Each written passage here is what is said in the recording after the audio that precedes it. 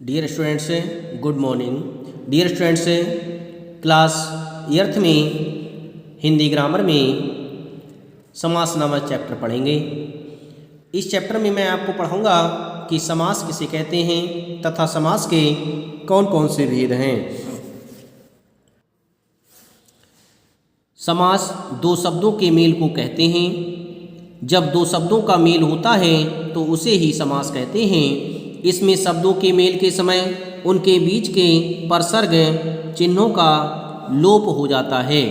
जैसे राजा का पुत्र राजपुत्र। राजपुत्र इस शब्द में का परसर्ग या चिन्ह का लोप हो जाने से राजपुत्र शब्द बना। राजा का पुत्र, ये अलग अलग शब्द हैं। इन अलग अलग शब्दों को जोड़कर लिखना, संक्षेप करना ही समास कहलाता है।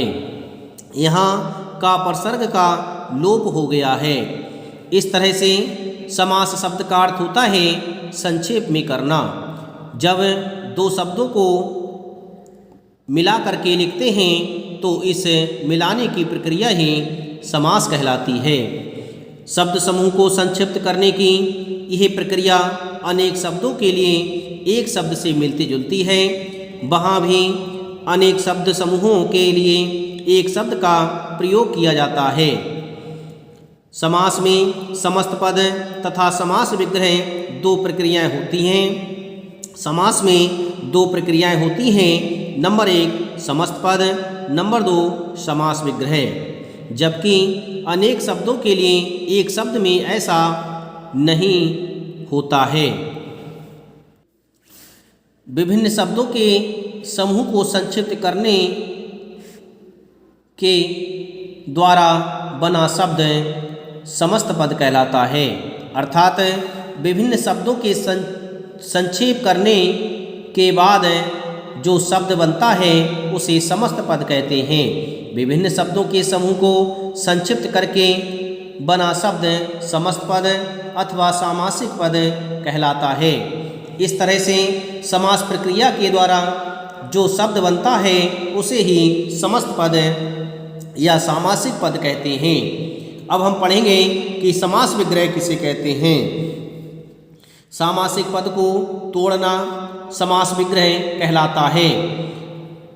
शब्दों को जोड़कर लिखना समस्त पद कहलाता है और समस्त पद को तोड़ करके लिखना समास विग्रह कहलाता है।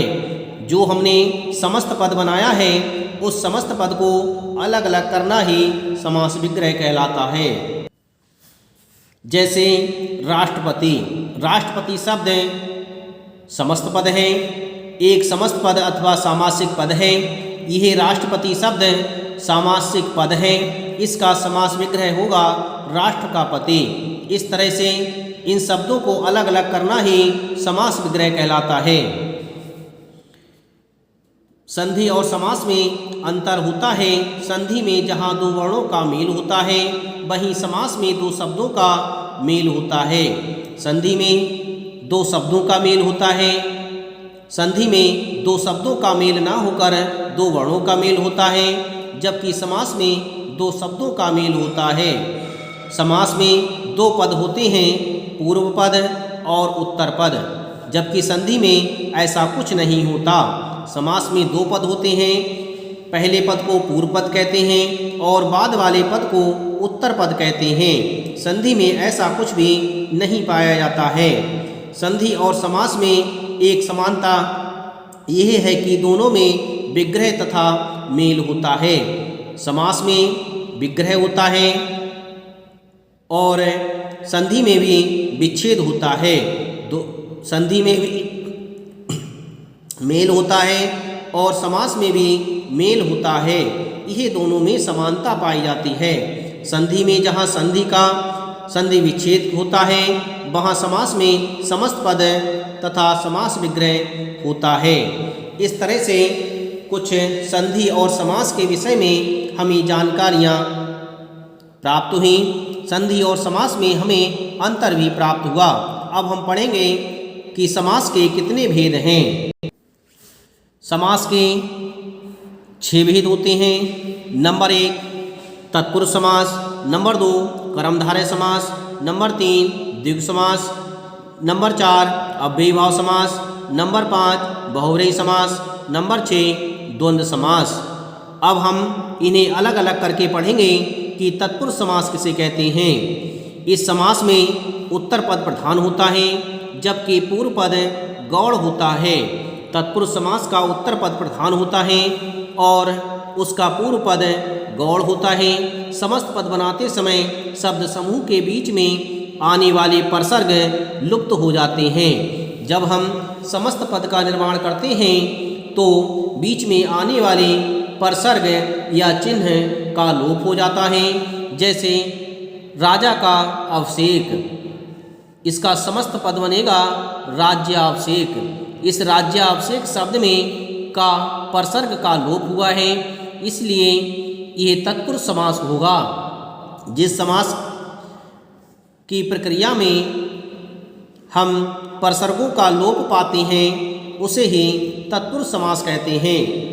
तत्पुरुष समास की रचना करते समय निम्नलिखित बातों का ध्यान रखना चाहिए। नंबर 1, इस समास में शब्द समूह के बीच में कर्ता तथा संबोधन कारक चिन्ह के अतिरिक्त अन्य सभी कारक चिन्हों परसर्गों का प्रयोग होता है। नंबर 2, तत्पुरुष समास की रचना दो तरह से हो सकती है, जैसे संज्ञा और विशेषण तथा संज्ञा और क्रिया। इस समास का यदि पूर्व पद संज्ञा है तो उत्तर पद संज्ञा अथवा विशेषण भी हो सकता है। जैसे दानवीर राष्ट्रपति, दानवीर में दान संज्ञा है, वीर विशेषण है और शब्द बना दानवीर। इसी तरह से राष्ट्र में राष्ट्र संज्ञा है, पति संज्ञा है, दोनों शब्दों को मिलाकर के शब्द बना राष्ट्रपति। इस तरह से तत्पुरुष समास की रचना दो तरह से हो सकती है, जिसे हमने अच्छी तरह से समझा। अब हम पढ़ेंगे तत्पुरुष समास के भेद। तत्पुरुष समास के कारक की दृष्टि से 6 भेद होते हैं। नंबर 1 कर्म तत्पुरुष समास, नंबर 2 कर्ण तत्पुरुष समास, नंबर 3 संप्रदान तत्पुरुष समास, नंबर 4 अपादान तत्पुरुष समास, नंबर 5 संबंध तत्पुरुष समास, नंबर 6 अधिकरण तत्पुरुष समास। जिस समास में कर्म कारक के परसर्ग का लोप रहता है उसे कर्म तत्पुरुष समास कहते हैं। जिसमें कर्ण कारक के परसर्ग का लोप रहता है उसे कर्ण तत्पुरुष समास कहते हैं। जिसमें संप्रदान कारक के परसर्ग का लोप रहता है उसे संप्रदान तत्पुरुष समास कहते हैं। जिसमें अपादान कारक का परसर्ग लोप रहता है उसे अपादान तत्पुरुष समास कहते हैं। जिसमें संबंध तत्पुरुष कारक का लोप रहता है उसे संबंध तत्पुरुष समास कहते हैं। जिसमें में पर परसर्ग का लोप रहता है उसे अधिकरण तत्पुरुष समास कहते हैं।